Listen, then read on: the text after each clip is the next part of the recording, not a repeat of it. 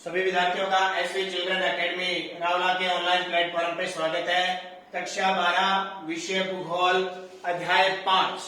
कक्षा 12 विषय भूगोल अध्याय 5 और 5वें अध्याय का नाम है जनसंख्या, प्रवास और मानव विकास के बारे में हम चर्चा करेंगे कि जनसंख्या का प्रवास का मतलब होता है व्यक्ति एक स्थान से दूसरे स्थान पर जाता है, चाहे वो कृषि करने के लिए, चाहे वो संस्कृति के लिए, किसी प्रकार से मनुष्य एक स्थान से दूसरे स्थान पर जब प्रवास जाता है उसे क्या कहा जाता है?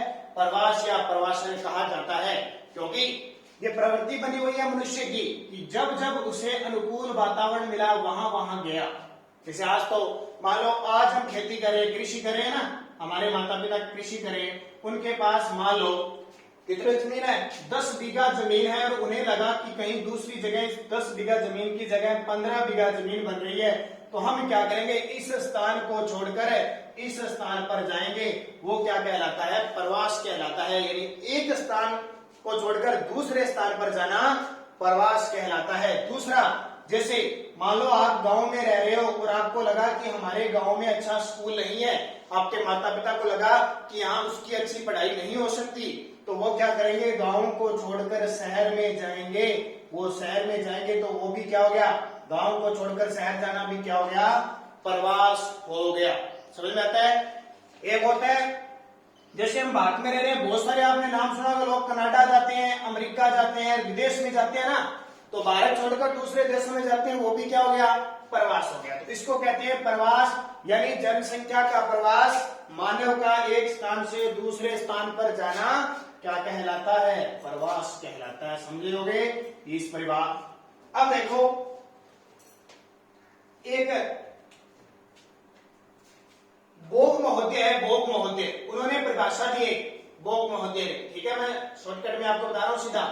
बोक महोदय ने एक परिभाषा दी है, एक मानव समुदाय या समूह, एक मानव समुदाय या समूह, समुदाय या समूह एक ही बात है, या समूह एक स्थान छोड़कर दूसरे स्थान पर जाता है, एक स्थान छोड़कर दूसरे स्थान पर जाता है, एक स्थान है छोड़कर या त्याग कर दूसरे स्थान पर जाता है, दूसरे स्थान पर जाता है, उसे प्रवास या प्रवासन कहा जाता है। प्रवास या प्रवासन कहा जाता है। इसकी परिभाषा ध्यान में एग्जाम में आ सकती है कि बोक महोदय के अनुसार प्रवास की जो परिभाषा है वो क्या है। तो प्रवास की परिभाषा के हिसाब से आप अंदाजा लगा सकते हो कि ये बात किसकी कर रहा है। ठीक है,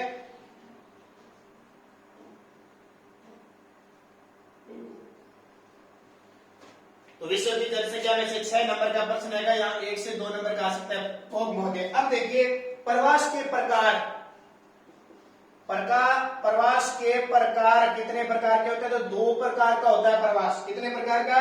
2। कौन कौन से? उत्प्रवास, उत्प्रवास होता है एक तो, और दूसरा होता है अप्रवास। अब ये होता है क्या? बड़ा आसान सा ये उत्प्रवास और अप्रवास का मतलब क्या होता है? उत्पन्न, यहां एक स्थान को छोड़कर एक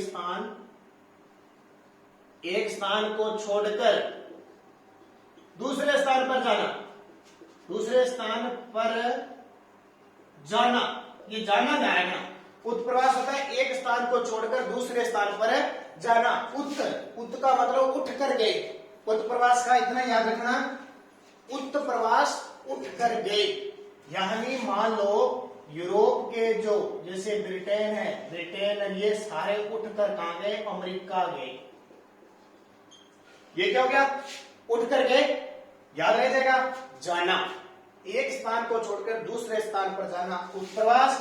अप्रवास क्या होता है? एक स्थान को छोड़कर त्याग कर, कुछ भी हो सकता है, छोड़कर दूसरे स्थान पर आना, ये हो गया आना। ठीक है, वही उल्टा हो जाएगा इसका। यूरोप ब्रिटेन से लोग अमेरिका गए, यहां लिख सकते हैं यूरोप ब्रिटेन है ना जो, अमेरिका आए। ठीक है, आना, उठ कर जाना, तो अप्रवास एक स्थान को छोड़कर दूसरे स्थान पर आना, उत्प्रवास जाना। ठीक है, उल्टा हो जाएगा, यूरोप ब्रिटेन के लोग अमेरिका गए। यहां उसी को हम बोल सकते हैं यूरोप ब्रिटेन और सारे जो यूरोप के यहाँ गए क्या वो अमेरिका आए। ठीक है, ये प्रवास दो प्रकार का होता है, उत्प्रवास और अप्रवास। अब देखो मानव प्रवास के पक्ष, क्योंकि प्रवास तो पशु पक्षियों में भी होता है, जानवर भी इधर उधर जाते हैं, लेकिन हम चर्चा किसकी कर रहे हैं, मानव विकास की चर्चा कर रहे हैं, स्पेशल मानव पर बात कर रहे हैं। तो मानव प्रवास देखो क्या होता है, मानव प्रवास को भी अलग अलग खंडों में अलग अलग भागों में बांटा गया भाई। तो बढ़िया तरीके से पढ़ते रहना साथ साथ में किताबें, क्योंकि मोस्ट इंपॉर्टेंट और मुख्य टॉपिक मैं आपको यहां करवा रहा हूं। अब देखो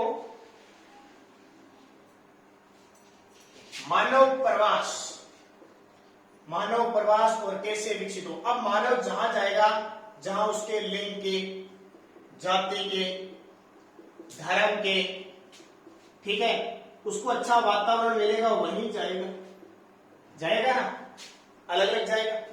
चाहे वो गांव को छोड़कर शहर में जा सकता है, एक गांव को छोड़कर दूसरे गांव में जा सकता है, एक शहर को छोड़कर दूसरे शहर में जा सकता है, एक जिले को छोड़कर दूसरे जिले में जा सकता है, एक राज्य को छोड़कर दूसरे राज्य में जा सकता है, एक देश को छोड़कर दूसरे देश में कहीं भी जा सकता है वो, तो वो मानव प्रवास हो जाएगा। वो लिंग, जाति, धर्म के अनुसार। कई बार आपने सुना होगा ना, हमारे गांव में होता है कि हम ये जमीन बेच के और हमारे पिछले वाले गांव में जाएंगे, वहां हमारे दादा दादी रहते हैं, वो क्या हो गया, प्रवास तो है ही, वही प्रवास है। ठीक है, अब मानव जो प्रवास है उसको अलग अलग 5 पक्ष में बांटा जाता है। मानव प्रवास के कितने 5 पक्ष, कौन कौन से देखो। नंबर 1 है देश पक्ष, नंबर 1 देश पक्ष, नंबर 2 काल पक्ष,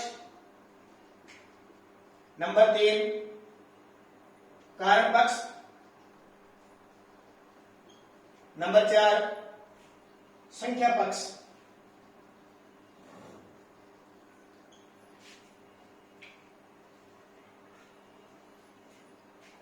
ठीक है, और 5वां स्थिरता पक्ष। स्थिरता पक्ष, ये 5 पक्ष है मानव प्रवास के। अब इसमें होता क्या, देखो देश पक्ष का मतलब क्या हुआ, देश पक्ष का मतलब हुआ इसे यह स्पष्ट विचार किया जाता है, इसे यह स्पष्ट विचार किया जाता है कि जनसंख्या किस प्रदेश या क्षेत्र के कहां को प्रवेश करती है, यानी एक देश से दूसरे देश में प्रवेश करना, कहां को प्रवेश करती है। ठीक है, अब वो देश पक्ष में कहीं भी हो सकता है, अंतरराष्ट्रीय हो सकता है, यानी देश पक्ष का मतलब जगह का। अंतरराष्ट्रीय एक देश से दूसरे देश में जा सकती है, एक अंतरराज्य होता है, एक राज्य से दूसरे राज्य में जा सकती है। स्थानीय का मतलब होता है एक गांव से एक गांव, एक जिले से एक जिला, वो होता है देश पक्ष। काल पक्ष क्या होता है, काल पक्ष होता है दीर्घकालीन प्रवास, दीर्घकालीन लंबे समय के लिए प्रवास करना। एक तो आपको पता होगा इस देश पक्ष में तो क्या आता है कि लोग अपने गांव से जाकर नरमा कपास की चुकाई करने के लिए पंजाब जाते हैं, कुछ समय के लिए जाते हैं, वो कौन सा हो गया, देश पक्ष हो। लेकिन काल पक्ष होता है दीर्घकालीन प्रवास, जैसे मान लो अपने रावला से पंजाब गए और अगले 5-10 साल आए नहीं, वो दीर्घ पक्ष हो गया, या वहीं रहने लगे। ठीक है, तो वो इसमें क्या होता है, जैसे माने 10 साल हो गए, या अपने जाते हैं रावड़ा से पंजाब जाके शाम को आ गए, तो वो सारे दीर्घकालीन के बाद इस प्रवास में आ जाते हैं। कारण पक्ष क्या होता है, इसमें जनसंख्या प्रवास के कारणों पर विचार किया जाता है कि जनसंख्या एक स्थान से कारण की जानकारी, भी जनसंख्या मान लो इस स्थान से इस स्थान पर गई क्यों है, क्या कारण हुआ कि इस स्थान को उन्होंने छोड़ दिया, उसमें सामाजिक, आर्थिक, राजनीतिक वो कारण देखे जाते हैं। संख्या पक्ष क्या होता है कि लोग एक स्थान को छोड़कर कितने गए और अगले स्थान पर कितने पहुंचे, उसकी संख्या निर्धारित की जाती है।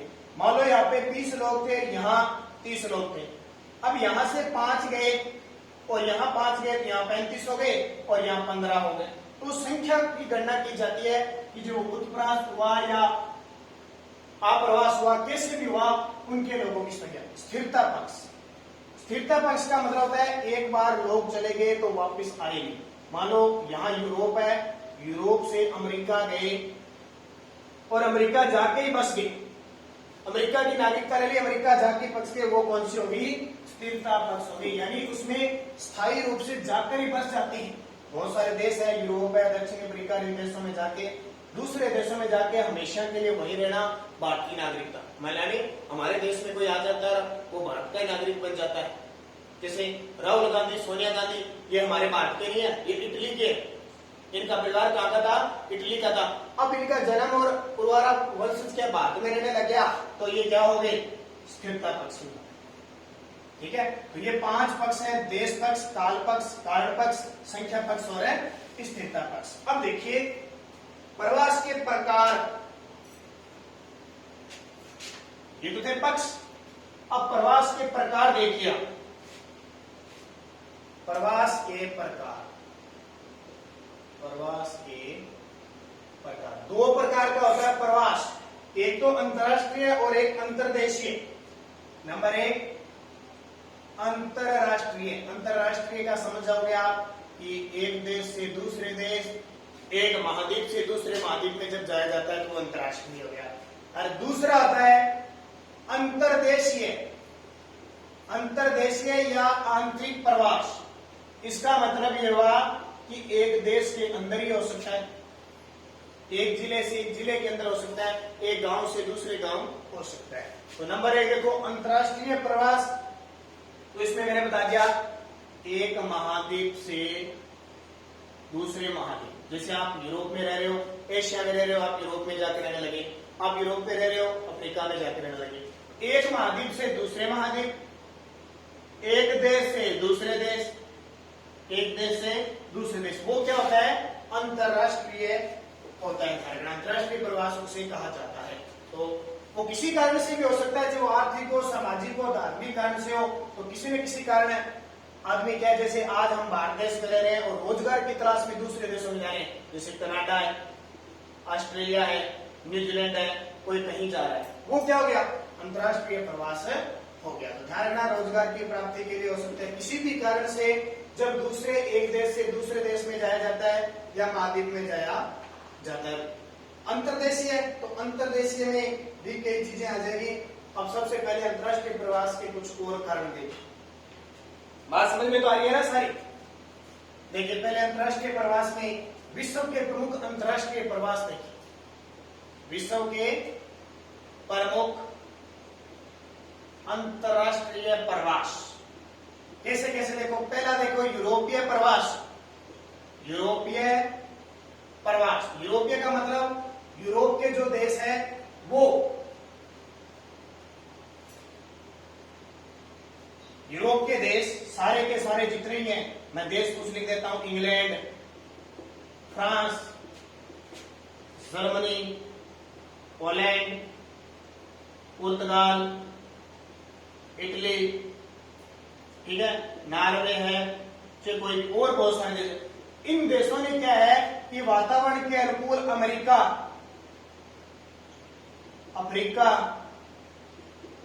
दक्षिणी अमेरिका यहां आ गई और यहां आके ये स्थायी रूप से बस गई। वो क्या होगा? अंतरराष्ट्रीय होगा। यानी यूरोप महाद्वीप के जो भी लोग थे वो एक तो इस अमेरिका में, एक दक्षिणी अमेरिका में और अफ्रीका में आते रहने लगे। वो अंतरराष्ट्रीय हुआ कि नहीं हुआ? अंतरराष्ट्रीय हुआ ना। जितने भी देश है और नई नई तकनीकें अपनाई इन्होंने, तो यहाँ आके हमेशा के लिए रखने लगे। तो ये कौन सा हो गया? यूरोपीय प्रवास हो। उसके बाद आता है देखो उष्णकटिबंधीय क्षेत्र, ठीक है। यूरोपीय देश नागरिक यहां स्थानांतरित हुए, 2 मुख्य भागों में जाकर बसे। ये यूरोपीय देश है, यहां से ये सारे देश, स्वीडन ले लो, नीदरलैंड ले लो, बहुत सारे ये देश इन देशों में आके बसे। ये क्लियर हो गया। अब 2 क्षेत्रों में आके बसे थे। 2 क्षेत्र कौन कौन से? देखो अब बताता हूं आपको 2 क्षेत्र कौन कौन से जहां यूरोपीय देश आके बसे थे।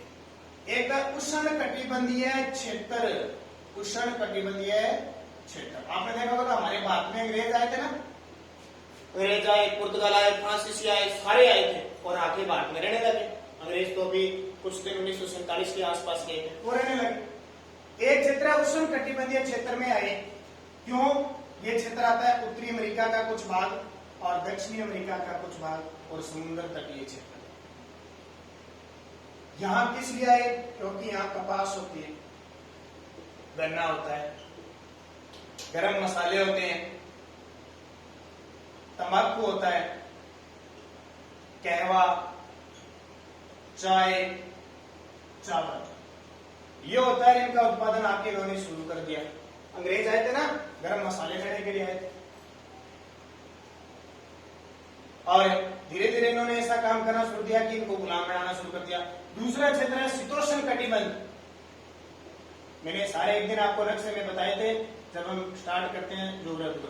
शीतोष्ण कटिबंधीय क्षेत्र में है। शीतोष्ण का मतलब जो यूरोपवासी है ना, ये ठंड में रहते हैं ज्यादातर, तो ये ऐसे मौसम में आए जहां गर्मी भी कम और जो सर्दी है वो भी एक समान है हो।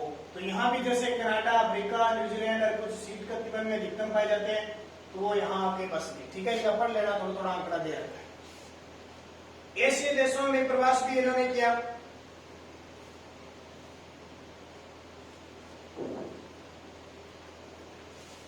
एशियाई देश है, 18वीं शताब्दी में कुछ और देश है, वहां इन्होंने क्या है, यहाँ आके आगमन किया था। ठीक है, अब देखिए मेन पॉइंट की चर्चा हम करें तो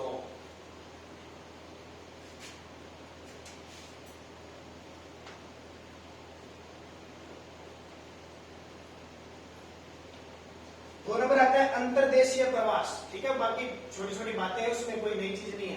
अंतर्देशीय प्रवास, अंतर्देशीय मैंने बता दिया देश के अंदर, देश के अंदर, चाहे वो राज्य का हो चाहे गांव का हो, किसी प्रकार का हो, वो अंतर्देशीय प्रवास हो जाएगा। इसे भी दो भागों में बांटा गया है। नंबर एक अंतर प्रांतीय प्रवास। अंतर प्रांतीय प्रवास क्या होता है? मान लो आप दिल्ली से मुंबई गए, ठीक है, जयपुर से दिल्ली गए, कोलकाता से चेन्नई गए, महाराष्ट्र से राजस्थान आए, राजस्थान से महाराष्ट्र आए, वो अंतर प्रांतीय, प्रांतीय अंदर राज्यों के अंदर। ठीक है, तो अलग अलग भागों में थे। कोई मजदूरी, जैसे आपने देखा वो भट्टे होते ना, भट्टे, भट्टों पर काम करने के लिए बंगाल, बिहार, उत्तर प्रदेश से, यूपी से लोग आते हैं हमारे राजस्थान, आते गए थे। वो क्या हो गया? अंतर प्रांतीय प्रवास। और बहुत सारे तो आप देखना वो वही रहते, जाते नहीं है, घर वही बना लेते हैं, अपना परिवार वही लेके आते हैं, वो अंतर प्रांतीय प्रवास हो गया। दूसरा स्थानीय प्रवास। स्थानीय प्रवास में क्या हो जाएगा? जिले, जनपद जिनको कहते हैं, एक जिले से दूसरे जिले, एक तहसील से दूसरे तहसील, एक गांव से एक दूसरे गांव, एक शहर से दूसरे गांव, ये सारे इसमें आ जाएंगे। ठीक है, ये प्रवास करते रहते हैं। और कई बार तो क्या, जैसे मान लो आप रावला से घर से आप रावला स्कूल आते हो, क्या आपका प्रवास हो गया। अब ये प्रवास कौन सा पता है? दैनिक प्रवास है। कौन सा प्रवास है? दैनिक प्रवास है। इसका मतलब आप सुबह आए शाम को वापस चले गए, ये आपका दैनिक प्रवास हो गया, इसको भी प्रवास कहा जाता है। तो अंतर्देशीय प्रवास दो प्रकार का हो गया, अंतर प्रांतीय और स्थानीय प्रवास। अब अगले वीडियो में पढ़ेंगे प्रवास के परिणाम क्या है, क्या इससे नुकसान होता है, क्या इससे लाभ होता है।